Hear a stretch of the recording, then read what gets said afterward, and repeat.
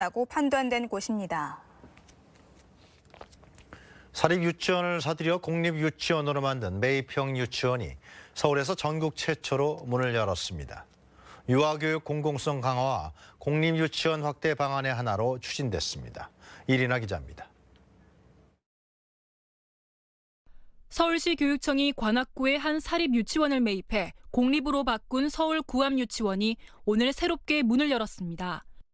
교육청이 공립유치원 확충이 어려운 지역에 있는 사립유치원을 사들여 공립단설유치원으로 전환한 첫 사례입니다. 이로써 이 유치원에는 사립유치원일 때 다니던 원아 34명을 비롯해 70여 명의 원아가 더 다닐 수 있게 됐습니다. 매입형 유치원은 최근 사립유치원 사태로 수요가 늘어난 공립유치원을 쉽게 확충할 수 있는 방안으로 꼽히는데요. 유치원을 새로 짓는 대신 기존 시설을 그대로 활용해 개원 준비 기간이 짧고 또 운영난을 호소하는 사립유치원의 퇴로 역할을 할 수 있습니다. 정부는 2021년 국공립유치원 치원율 40% 목표 달성을 위해 매입형 유치원을 확대해 나갈 계획입니다. 서울시는 2021년까지 30개의 매입형 유치원을 마련할 계획인데요. 부산과 울산도 내년 개원을 목표로 사립 유치원을 대상으로 공모 절차를 진행하고 있습니다. 이제 새 학기가 시작되면서 새로운 학교와 친구들을 만날 생각으로 들뜬 자녀들과는 달리 부모님들은 이것저것 신경 쓸 일이 많으실 텐데요. 특히 아이들의 등하굣길은 늘 걱정이 아닐 수 없습니다. 새 학기가 시작되는 3월은 초등학생 교통사고가 50% 넘게 증가해 운전자들의 각별한 주의가 필요한 것으로 나타났습니다. 시간대별로는 학교 시간인 정오부터 오후 6시 사이 10,000건 가까이 사고가 집중됐고 초등학교 저학년 피해자가 많았습니다. 사고 원인으로는 전방주의 태만 등 안전운전 의무 불이행이 절반을 넘었습니다. 특히 어린이 보호구역인 스쿨존도 안전지대가 아닌 것으로 나타났습니다. 스쿨존에서의 교통사고가 줄지 않고 있는 데다 스쿨존 사고의 치사율도 높은 것으로 나타났습니다. 봄철에는 큰 일교차로 감기는 물론 꽃가루가 바람에 날려 알레르기 질환이 기승을 부리는데요. 올해 들어서는 고농도 미세먼지로 우려가 더 큽니다. 봄에 불청객인 황사도 몰려오면 기존의 질환자뿐 아니라 건강한 사람도 호흡이 답답해질 수 있어 건강관리가 필요합니다. 우선 봄철에 나는 신선한 채소인 봄나물을 섭취해 면역력을 높이고 실내의 습도를 적절히 유지해 미세먼지가 수분에 흡착되도록 하고 실내를 청결하게 유지해야 합니다. 또 황사와 꽃가루로 눈이 예민해질 수 있는 만큼 대기가 안 좋을 때는 렌즈 대신 안경을 끼는 것이 눈 건강을 지키는 방법입니다. 안구 세정제는 가려움이나 통증이 있을 때 사용을 피하고 하루 3차례 이상 사용하면 건조함이 심해질 수 있어 주의가 필요합니다. KTV 이리나입니다. 문재인 대통령이 2019 아부다비 스페셜 올림픽 세계 하계대회에 참가하는 발달장애인 대표 선수단을 격려했습니다. 문 대통령은 오늘 오전 SNS에 올린 글에서 오늘 159명의 선수단이 장도에 오른다며 그동안 흘린 땀이 결실을 맺도록 큰 박수로 응원해 주시길 바란다고 말했습니다. 문 대통령은 우리는 모두 서로가 서로에게 필요하다는 것을 스페셜 올림픽에서 확인할 수 있을 것이라며 선수단에게 마음껏 기량을 뽐내주길 바란다고 덧붙였습니다.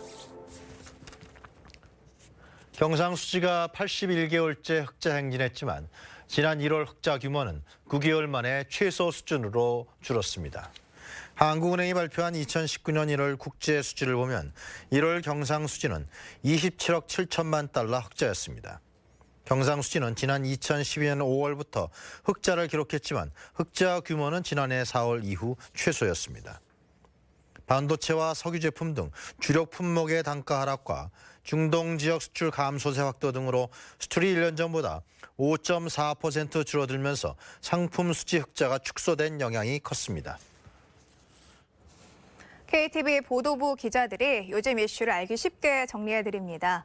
SN뉴스 시간인데요. 오늘은 어떤 내용이 준비됐을까요? 김용민 기자입니다.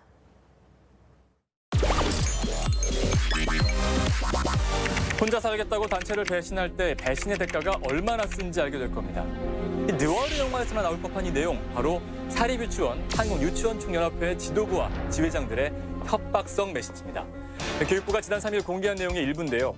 이달부터 시행되는 국가 회계 시스템 에듀파인 사용에 반발한 한유총이 아이들을 볼모로 계약을 연기하면서 이에 동참하지 않는 협회 유치원에 보낸 내용입니다. 이런 내용도 있더군요. 입학연기 유치원 명단에 나의 유치원이 아니라 우리의 유치원이 들어가 있어야 합니다. 그 안에 없다면 스스로에게 부끄럽지 않겠습니까? 교육자라면 최소한 무엇이 부끄럽고 또 누구에게 부끄러운지는 판단할 수 있지 않을까요?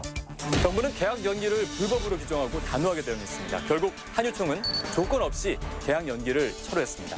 하지만 아이들을 자신의 이익을 위한 거래의 대상으로 삼은 한유총의 행태에 국민의 분노는 쉽게 가라앉지 않고 있습니다. 최근 한반도가 미세먼지와 초미세먼지로 몸살을 앓고 있습니다. 정부가 미세먼지 비상 저감 조치를 시행했지만 뚜렷한 효과를 보지는 못하는 상황. 이쯤 되자 미세먼지 피난을 간다는 제목의 블로그나 SNS 글이 눈에 띄게 늘고 있습니다. 공기 좋은 곳을 찾아 여행을 떠나는 건데요. 실제로 지난 3일 밤 11시 50분 인천 동구의 초미세먼지는 117 마이크로그램, 경기도 안양시의 초미세먼지는 133 마이크로그램 등 매우 나쁨을 기록한 반면 같은 시간 부산 수영구는 21 마이크로그램, 경북 울주구는 15 마이크로그램으로 보통을 기록해 정말 큰 차이를 나타냈습니다. 미세먼지 피난 여행 크게 두 종류로 나뉩니다. 공기가 비교적 좋은 곳을 찾아 떠나는 지역 여행, 또는 키즈카페, 실내몰 등 공기 청정 시설이 설치되어 있는 실내로 떠나는 여행, 이렇게 말이죠. 다만 전문가들은 출입이 잦은 키즈카페나 실내 공간의 경우 청정 시설이 있더라도 효과가 적을 수 있다고 말합니다. 정부는 이미 미세먼지를 혹한이나 폭염처럼 재난에 준하는 상황으로 인식하고 여러 대책을 내놓고 있습니다. 그렇다면 옆 나라 중국은 어떨까요? 지난 2일 베이징의 초미세먼지는 212 마이크로그램, 사흘 동안 오렌지색 경보가 발령됐습니다. 그런데 중국에서는 이미 몇 년 전부터 스모그 탈출이라는 패키지 여행 상품이 팔리고 있습니다. 공기나 물이 좋은 중국의 남부 지역으로 떠나는 상품이라는데 미세먼지, 이런 탈출 여행으로 해결될 일이 아니라는 것, 중국 정부도 알고 있겠죠. 지난해 미국 시장에서 가장 많이 팔린 우리 식품은 뭘까요? 라면? 인삼? 아닙니다. 바로 아삭아삭 담백한 김인데요. 미국에서만 9,517만 달러치가 팔렸습니다. 과거 서양에서 김은 음식으로서 기피 대상이었는데 최근 기존 식자재 이미지를 탈피하며 과자로 옷을 갈아입고 웰빙 스낵으로 주목받은 이후 날개도 친 듯이 팔리고 있습니다. 따끈한 밥에 갓 구운 김 한 장이면 밥도둑이 따로 없죠. 그런데 최근 김을 따라가겠다는 또 하나의 쌈채소가 눈에 띕니다. 바로 깻잎. 장아찌로, 튀김으로 또 다양하게 먹을 수 있는 깻잎이 삼겹살의 인기 덕분에 일본에서 러브콜을 받고 있다는 소식입니다. 삼겹살 먹을 때 깻잎 많이 드시죠? 야키니쿠처럼 구워 먹는 고기 요리를 즐기는 일본에서 깻잎 수요가 급격히 늘어났다고 합니다. 일본 검역, 까다롭기로 유명한데요. 이를 위해 정부는 올해 수출 유망 품목으로 깻잎을 지정하고 깨끗하게 씻어서 수출하는 세척 깻잎 시범 수출 프로젝트를 추진해 적극 지원하기로 했습니다. 김 넘어 깻잎, 제2의 김을 기대해 볼까요? 지금까지 SN 뉴스였습니다.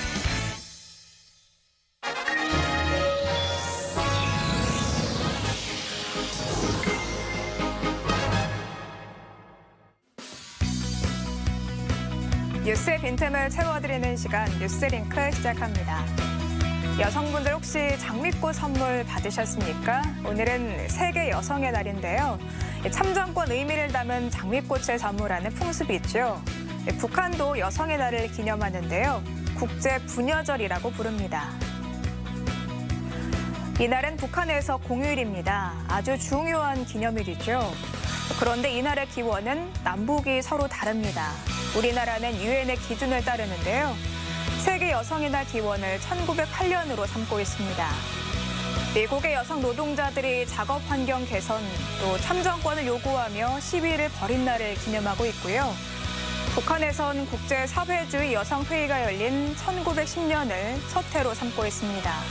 기원은 다르지만 여성의 권익 향상과 성평등을 다짐하는 의미는 닮아 있습니다. 전두환 전 대통령이 다음 주 월요일 법원에 출석합니다. 앞서 재판부는 강제 구인장을 발부했는데요. 어떤 의미가 있을까요? 강제 구인장은 피고인이나 증인이 정당한 사유 없이 재판에 응하지 않을 때 발부하는 영장입니다. 형사재판은 피고인이 출석해야 공판 개정이 가능합니다. 그런데 출석할 의무가 있는 피고인이 출석하지 않으면 공판을 열 수 없겠죠. 이럴 때 재판부가 강제 구인장을 발부하는 건데요. 이를 통해 피고인을 강제로 소환하는 겁니다. 하지만 아직까지 본인 의사에 반해서 체포까지 한 전례는 없습니다. LA 다운타운 피게로아가 106번지, LA 수도 전력국 건물이 들어선 이곳. 오는 10일 순국 81주기를 맞는 도산 안창호 선생이 흥사단 단소를 세운 곳입니다. 흥사단은 민족운동단체였습니다. 초기에는 미국 유학생들이 주축이 됐고요. 이곳에선 민족계몽운동이 펼쳐졌습니다. 설립자인 안창호 선생이 부강한 나라를 만들기 위해 제일 중요한 것은 실력을 갖춘 인재 양성이라고 믿었기 때문이죠. 1919년 대한민국 임시정부가 수립되면서 상해에 흥사단이 생겼고요. 서울과 평양에도 만들어졌습니다. 단원들은 민족운동을 펼치며 독립운동에도 전념했습니다. 청년이 죽으면 민족이 죽는다. 안창호 선생의 유명한 명언이죠. 그는 자주 독립과 인재 양성 그리고 민족의 자각을 강조한 독립운동가였습니다. 지금까지 뉴스링크였습니다.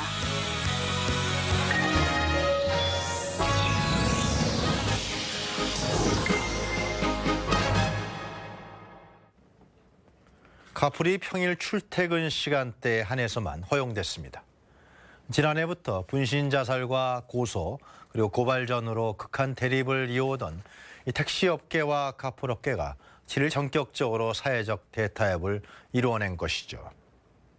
택시업계의 생존권과 공유경제 추진 흐름이 과도적인 단계에서 합의한 것으로 보이는데요. 이 고무적인 대목은 규제 혁신형 플랫폼 택시를